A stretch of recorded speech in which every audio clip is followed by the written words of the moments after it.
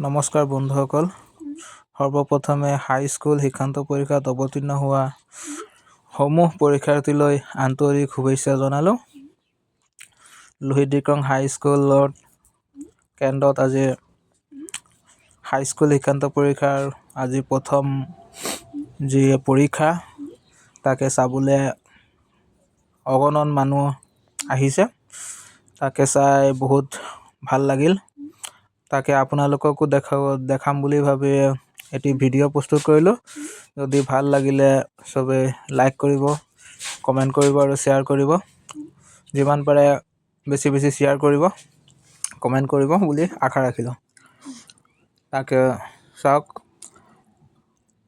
জীৱনৰ প্ৰথম যিটো গুৰুত্বপূৰ্ণ পৰীক্ষা, এইটো আপোনাৰ মেট্ৰিক পৰীক্ষা বুলি কয়। তাকে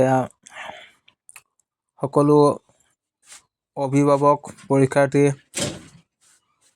চবে ওলাই আহি যি নিদৰ্শন দেখাইছে বহুত শলাগ ল'বলগীয়া।